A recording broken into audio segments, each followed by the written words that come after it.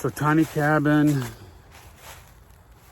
hunting cabin, deer blind, tiny house in the woods.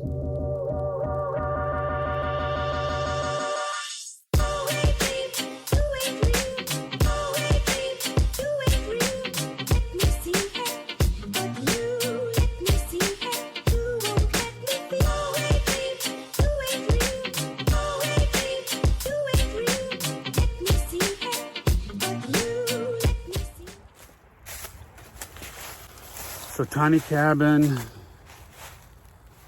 hunting cabin, deer blind, tiny house in the woods. The woods won. Several people have said, man, it would just be cooler in the woods. And I agree. And it's gonna be a little bit of a challenge because it's not horribly far from the house, but enough to, you gotta drag stuff out here and try to build it. So if you guys can see the deer stand right there, and I don't know, from there to here, which is the feeders, about 50 yards, if that, maybe a little less. And then up here in the woods on this plateau, oh, what a great word, on that plateau, you can get up higher and see down in this area, and you can see over back in that area, and then you can see where the creek is. And so there's like 3 different more vantage points than there is from that blind up there. And so I think this is a good spot to build the tiny house / deer stand in the woods, because it's going to be a ginormous deer stand but a tiny house. So I got a bunch of cutting instruments in here. Got my new axe. I have a chainsaw, but man, it's been giving me hell getting started. So I got this for Christmas. I might try this. I don't think anything out here is that big around. Looks like that'll cut maybe 2-3 inches. So put on my gloves and grab some of these tools, and we'll start clearing the path and see how this is going to look. Catch you back in a minute.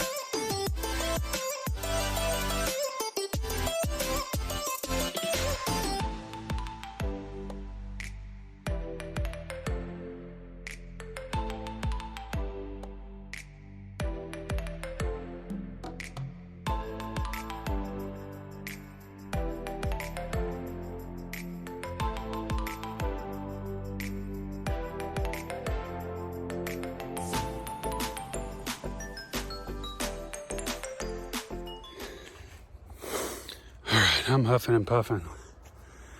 Whew. Good little workout. So I've mapped out what about the area that it could look like. Just going with 12 by 12. So I'll flip the camera around here and show you guys what it would look like. And then I'll hold the camera at my site. I think the house will be off the ground a couple feet, but this is what you'd see, so stand by. So you'd have a good view of the creek, the whole area of the creek that comes around this way. And there's deer all in here that come through here and come down to drink. And then I'd probably clear a path down this way so that there's maybe a shot over there.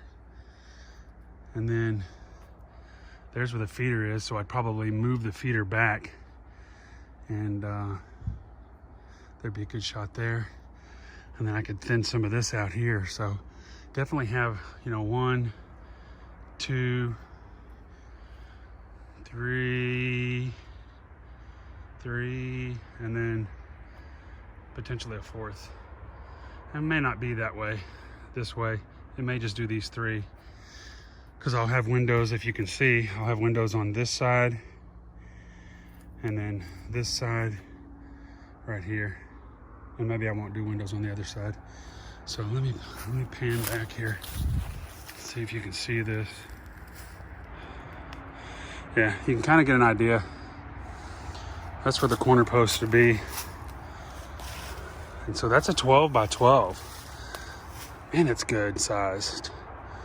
I mean, you could fit a whole family in this thing. So there truly would be, you could make this a tiny house. It'd be a freaking castle for a deer stand. So don't know if I'm gonna need to take this tree right here out or not. It may or may not be in the way. And of course, we got that big tree there. So, but I think I can sink some corner posts. Potentially maybe a post in the center. So we'd have one in each corner, one in the center, one in the center, and then one in the direct center of the floor. And that'll give me 9 posts. So I just got to figure out how deep I want to go. I don't know if I need to be worried. I don't know if you guys can see. I threw all the trees that I cut down here. That is probably a good 20-foot drop. Hard to tell from here. So, and I guess I'm from the edge to this wall here, potentially 8-10 feet. So I don't know if I need to be concerned about how close I am to that. I mean, I probably should, but I think it'll work the way it is. So pretty cool. Good little start. Let's see what else we can get done. And I do have the floor joist to be able to do it. I just need the post. And I was thinking about, I saw on, sorry guys, I accidentally hit the button. I saw on, Jason Crocker. I know a lot of you guys follow the Crockers and Jared and Hidden Heights and Arms Family and all them. And I do too. They're great channels. But I saw that Jason was doing, you've seen his build. He did those railroad ties as his beams, that he put in the ground. I don't think I'm going to have as rocky soil as he is. This is more of a sandy soil. But I've got a ton of those railroad ties laying around. Y'all probably heard me reference that there's some railroad tracks that run on the back side of the property. And so they're just laying around, and I've collected them in a certain area. So I may drag them around, see if I can't cut them in half and use them as my posts. So thank you, Jason. Great idea. And he kind of C-notched his to where his floor joists were sitting on it as additional support. So also a good idea. I may do that.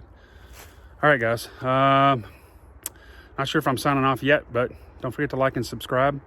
And I'll catch you on the flip side. Cold beer. It is. It's time for cold beer. See ya.